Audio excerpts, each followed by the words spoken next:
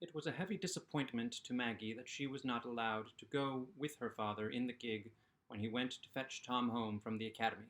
But the morning was too wet, Mrs. Tulliver said, for a little girl to go out in her best bonnet.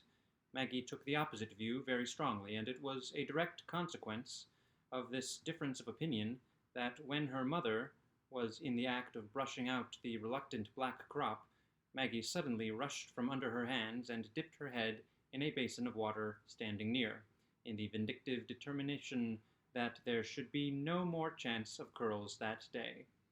Maggie, Maggie, exclaimed Mrs. Tulliver, sitting stout and helpless with the brushes on her lap, what is to become of you if you're so naughty? I'll tell your Aunt Glegg and your Aunt Pullet when they come next week, and they'll never love you any more. Oh dear, oh dear, look at your clean pinafore, wet from top to bottom. Folks will think it's a judgment on me that I've got such a child. They'll think I've done summat wicked. Before this remonstrance was finished, Maggie was already out of hearing, making her way towards the great attic that ran under the old high-pitched roof, shaking the water from her black locks as she ran, like a Skye terrier escaped from his bath. The attic was Maggie's favorite retreat on a wet day when the weather was not too cold. Here she fretted out all her ill humours and talked aloud to the worm-eaten floors and the worm-eaten shelves and the dark rafters festooned with cobwebs, and here she kept a fetish which she punished for all her misfortunes.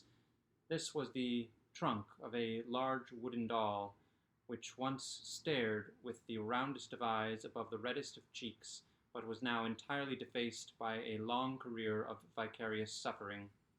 3 nails driven into the head commemorated as many crises in Maggie's 9 years of earthly struggle, that luxury of vengeance having been suggested to her by the picture of Jael destroying Sisera in the old Bible. The last nail had been driven in with a fiercer stroke than usual, for the fetish on that occasion represented Aunt Glegg. But immediately afterwards Maggie had reflected that if she drove many nails in, she would not be so well able to fancy that the head was hurt when she knocked it against the wall, nor to comfort it and make believe to poultice it when her fury was abated, for even Aunt Glegg would be pitiable when she had been hurt very much and thoroughly humiliated, so as to beg her niece's pardon.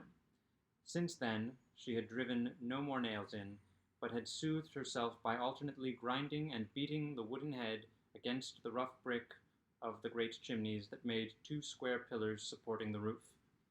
That was what she did this morning on reaching the attic, sobbing all the while with a passion that expelled every other form of consciousness, even the memory of the grievance that had caused it.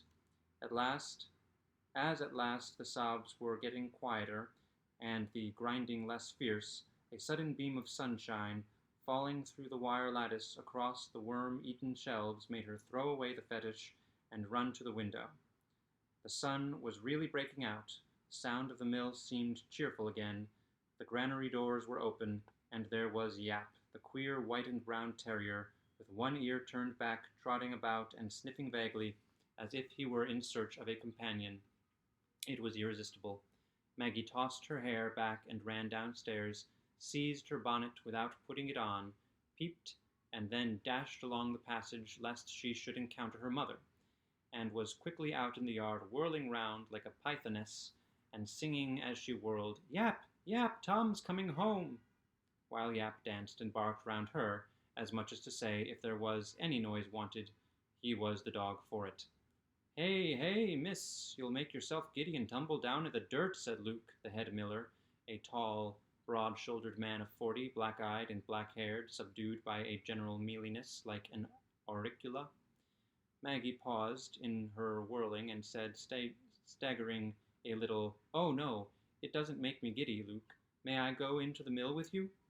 Maggie loved to linger in the great spaces of the mill, and often came out with her black hair powdered to a soft whiteness that made her dark eyes flash out with new fire, the resolute din and unresting motion of the great stones giving her a dim, delicious awe as at the presence of an uncontrollable force, the meal forever pouring, the fine white powder softening all surfaces and making the very spider nests look like a fairy lacework, the sweet pure scent of the meal, all helped to make Maggie feel that the mill was a little world apart from her outside everyday life.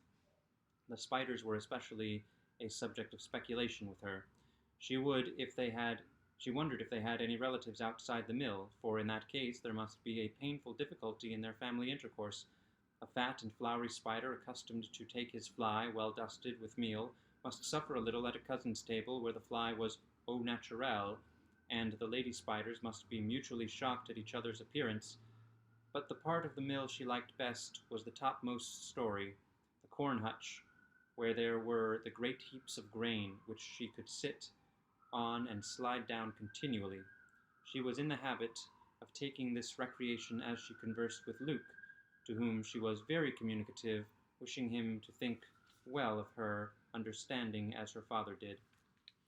Perhaps she felt it necessary to recover her position with him on the present occasion, for as she sat sliding on the heap of grain near which he was busying himself, she said, at that shrill pitch which was requisite in mill society, "I think you never read any book in but the Bible.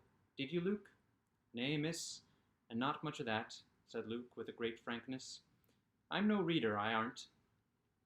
But if I lent you one of my books, Luke, I've not got any very pretty books that would be easy for you to read, but there's Pug's Tour of Europe.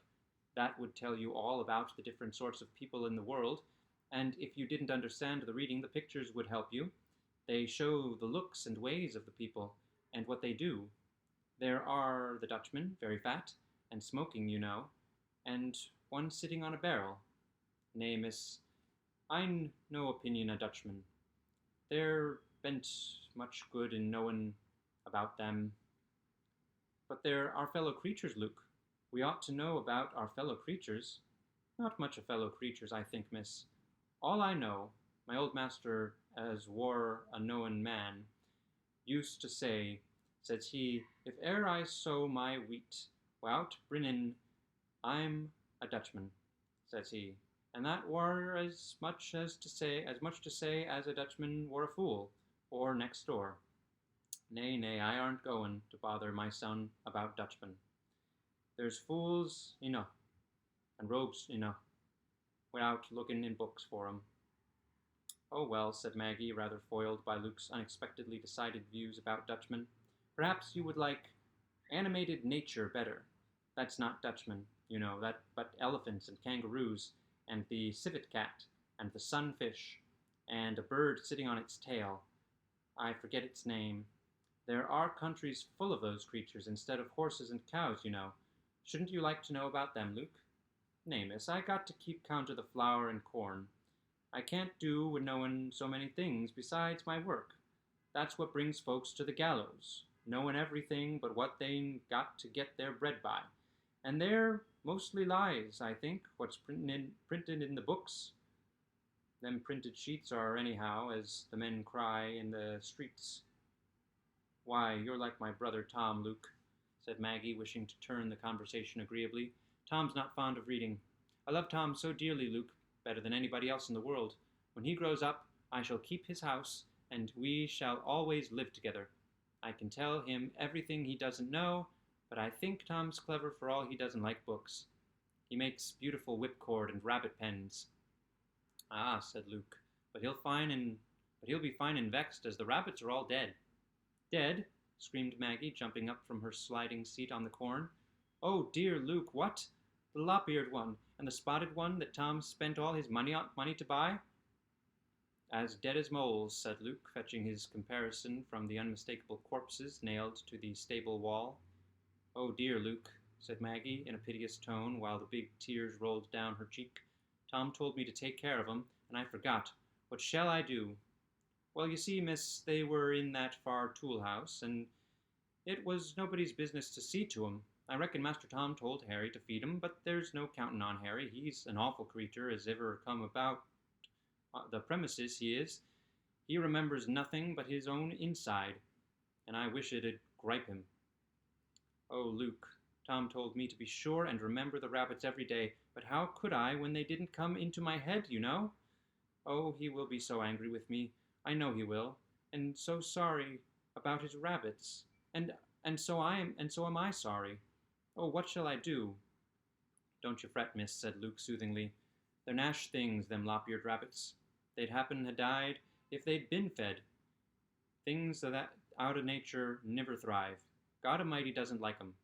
He made the rabbit's ears to lie back, and it's nothing but contrariness to make 'em hing down like a mastiff dog's.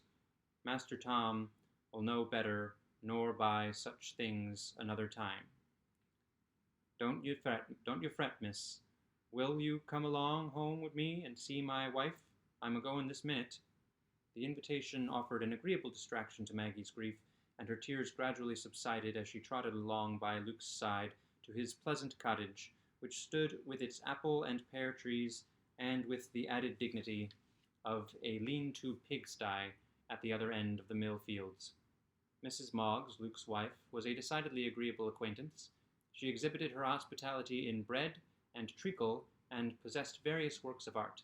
Maggie actually forgot that she had any special cause of sadness this morning as she stood on a chair to look at a remarkable series of pictures representing the prodigal son in the costume of Sir Charles Grandison, except that, as might have been expected from his defective moral character, he had not, like that accomplished hero, the taste and strength of mind to dispense with a wig, but the indefinable weight the dead rabbits had left on her mind caused her to feel more than usual pity for the career of this weak young man, particularly when she looked at the picture where he leaned against a tree with a flaccid appearance, his knee breeches unbuttoned and his wig awry, while the swine, apparently of some foreign breed, seemed to insult him by their good spirits over the feast of husks. I'm very glad his father took him back again, aren't you, Luke? She said, for he was very sorry, you know, and wouldn't do wrong again. Miss, said Luke, he'd be no great shakes, I doubt. Let's feyther do what he would for him. That was a painful thought to Maggie, and she wished much that the subsequent history of the young man had not been left a blank.